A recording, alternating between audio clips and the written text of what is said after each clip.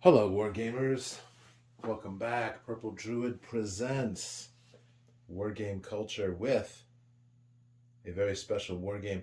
Tonight, we are going to be fighting a battle in the city of Gaztelu Mugatik, which is a city on the Borderlands. It's really a town, it's not really a city, between two counties in my campaign setting, World of Worth. And this particular town is fortified and has a ramp with a pair of gate towers that protect it. It sits on a small hill that has been excavated and basically turned into a kind of a motte. So, what we have today is a battle between the forces of Rasogus the Scholar and the forces of the Castellan, who controls the fortified town in the Borderlands between the two counties. This has been building up for quite some time. When my campaign was just getting started, I created this area for the adventuring party to go to and discover various mysteries and explore dungeons and what have you. However, they did not. They went another direction altogether. And so this site languished until this past February, when I brought in some patrons to go ahead and run through the NPC conflicts and factional conflicts that I had initially set up and get it caught up to the current day in the campaign. And so when the adventuring party had wandered off and come back, they have stumbled into the climax of these factional conflicts. So what we have here, and I'm going to give you a little tour of the various persons that you see on the board, as well as the various tiles that represent the various factions. So the dark lines represent the walls, the gray lines represent the loose boundaries between districts within the town. There is a Colosseum here.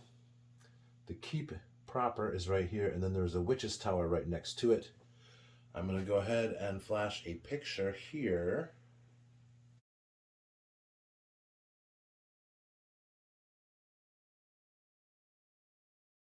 That is a artist's rendition of what this town looks like. So this is the witch's tower that you saw in the background. This is the keep. And we have a residential district, the market district, the keep district, the upscale district, the commercial district, another residential district over here. There is a guard facility here. There's a guard barracks here. Watchtower, and a third watchtower here that is connected by an underground tunnel. And okay, so the Castellan is represented by this figure.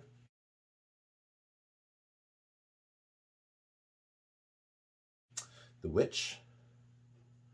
And then we have the church leader, the cult leader of Gaztelu Mugatik. We also have two important persons, as well as the merchant guild leader, who is here where this is the bank.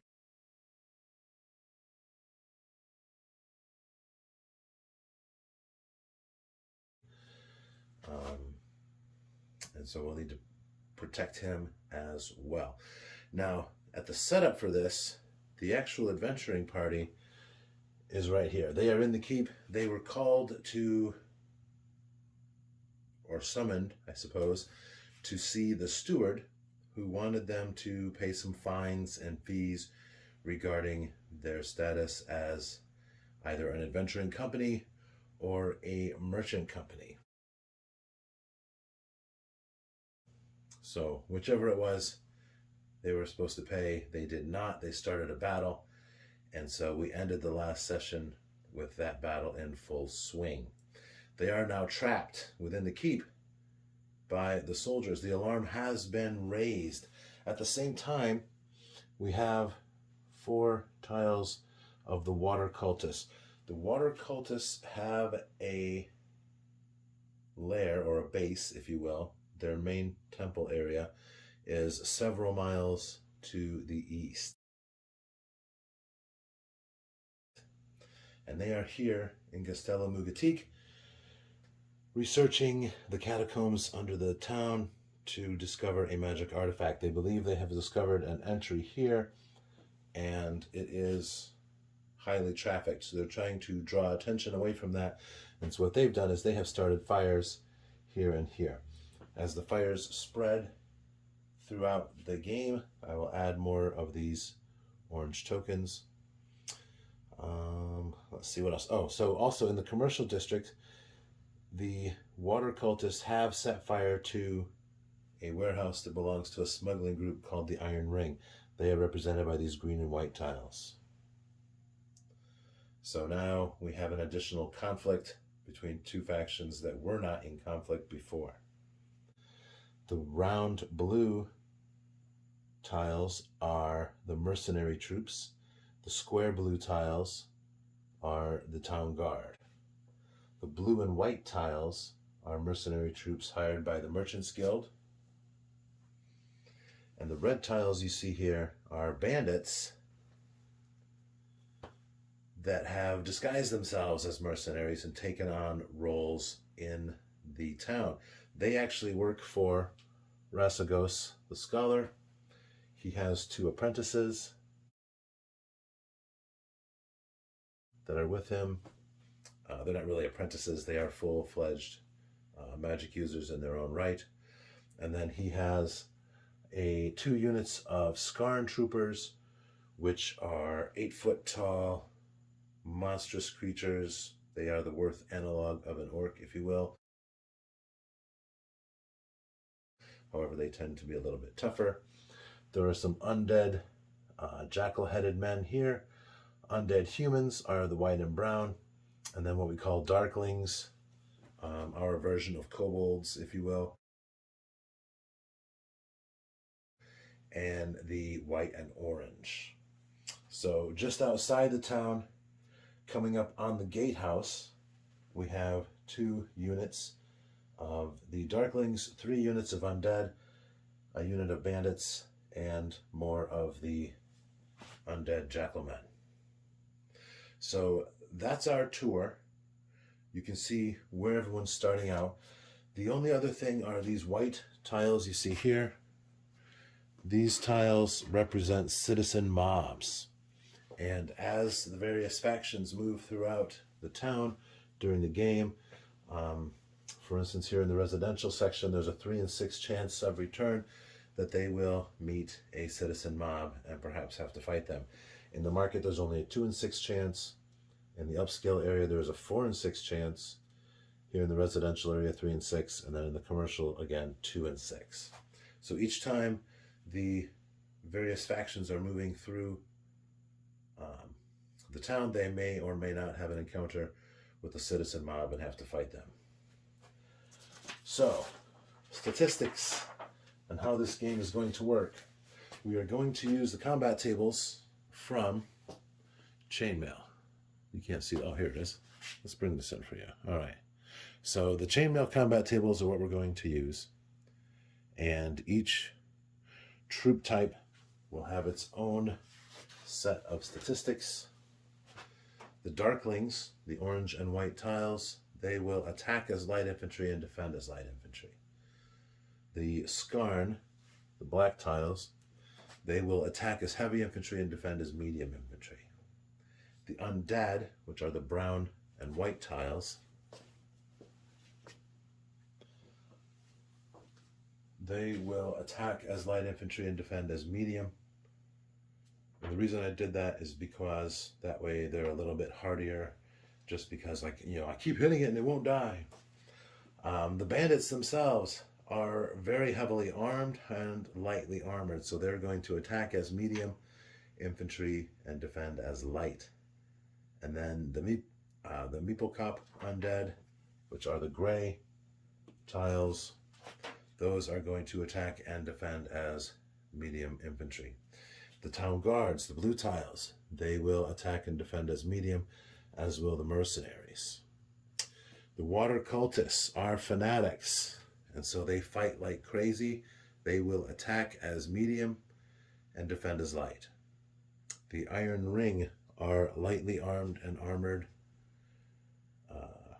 thieves or rogues, and so they will attack and defend as light.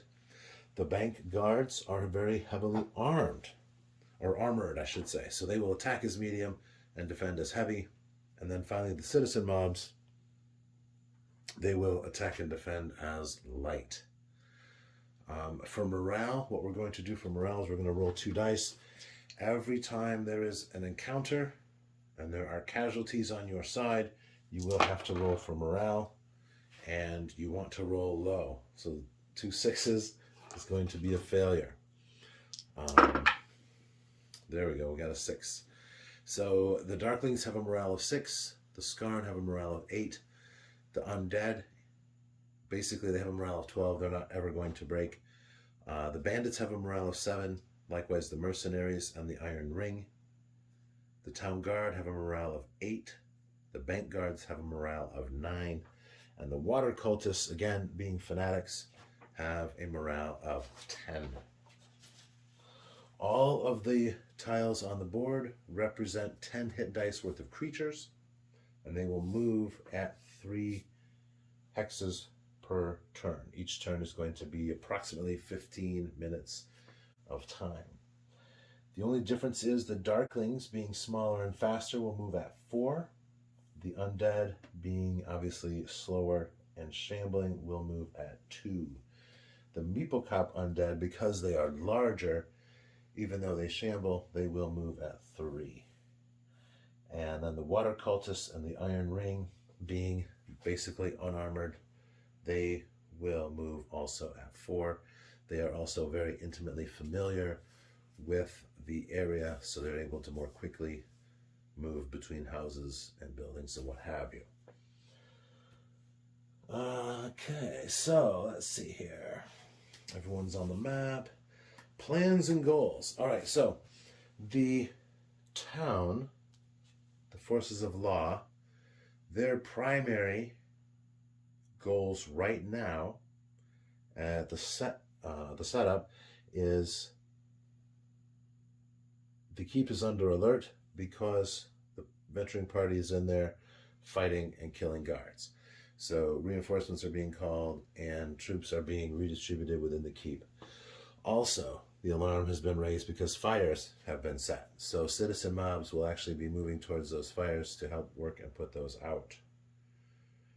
Because of those alarms, the bank guards are on alert, as are the guards at the guard tower. The guards in the barracks are going to start moving to A, put out the fires, and then B, move towards the keep. While that's happening is when the forces of chaos begin to move into view and prepare to attack. So as they move up, the town is not defended by any engines. It's not a really militarized fortress, as it were. It's more of just a walled town. So they don't really have weapons of siege quality or anything like that. So unfortunately for them, the forces of chaos are able to get pretty close before we start running into some conflicts. The enchanter and his 2 apprentices will begin casting spells to breach the walls and attack. So now the keep has 2 threats to worry about, and the guards only know about 1. And then also we have the disguised bandits who are going to be attempting to take over the gate houses and then capture the very important person. Let's see here. Magical combat. The magical combat rules. We're going to use the magical combat rules from Fantasy Grid. And so let me grab that real quick and I'll go over that with you.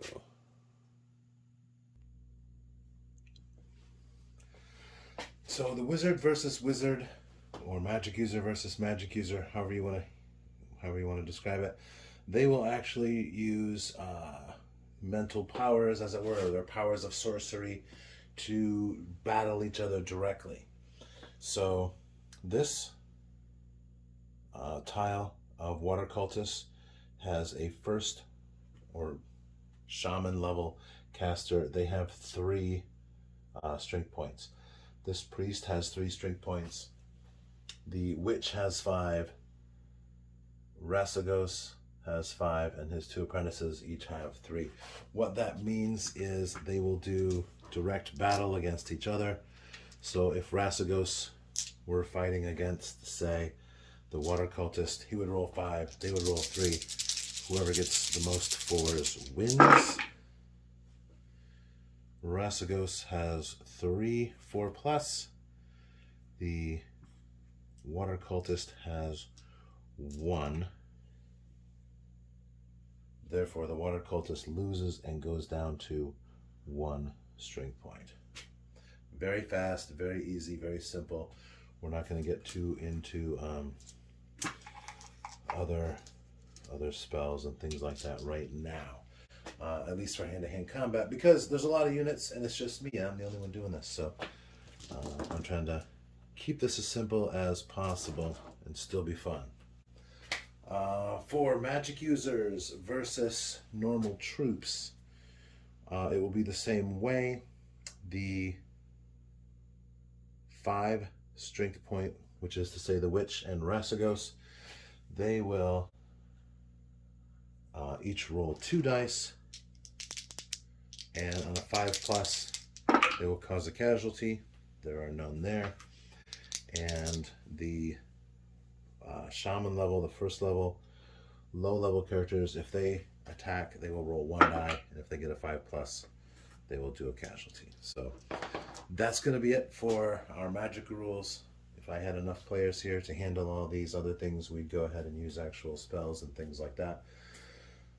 But I just don't have the time or the bandwidth to do that. This is probably going to wind up being 3 videos anyway. So that's pretty much where we are in terms of how this is going to go. As I said, each turn is going to be 15 minutes. What we'll do is the units will move their 3 spaces. We'll take our time moving the units. Whenever a unit moves into an adjacent hex to another unit, they may fight. And that's when we'll use this combat table. Here we have the bandits attacking as medium, the mercenaries defending as medium, and medium versus medium is 1 die per man, 6 kills.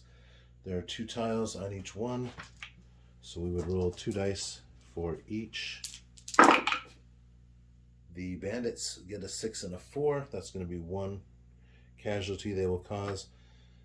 The mercenaries unfortunately get none, so they will lose 1, and then they'll have to make a morale check. That unit, their morale is 8. They will need to roll. They will need to roll 8 or less on 2 dice.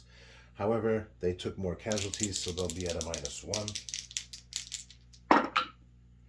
And so they get a 6, which modified to a 5. So they would fail their morale and they would flee, which will mean they'll 1, 2, 3 move back into the keep. So that's how combat's going to work. It'll be fast. It'll be simple. I believe it will be just abstract enough to allow us to get through this in a reasonable fashion, and also be detailed enough that we'll be able to track all the various casualties. All the casualties will get set aside out here on the table, and then at the end we will roll to see how many are actually dead, how many have fled the scene, and how many are just severely wounded. In terms of the human survivors, that'll be much more important. If it's the undead, if they are killed, they are going to be obviously killed, and they would need to be reanimated if that's going to happen. So that's where we are. Let me check the time here. We're just shy of 20 minutes, so I'm going to go ahead and turn this off, transfer this into the laptop, and go ahead and get it edited, and we'll get this online for you ASAP. In the meantime, while this is loaded, you can take a look at it, see what's going on, and then in part 2, we will go ahead and start the game, and I'll try to run through it in like 30-minute pieces so that you don't have to invest a whole day trying to watch this. I have no idea how long this is going to take, and we are going to fight until everyone is broken, or until each side has achieved its objectives. So that's where we are. Thanks for watching, and I'll see you again soon.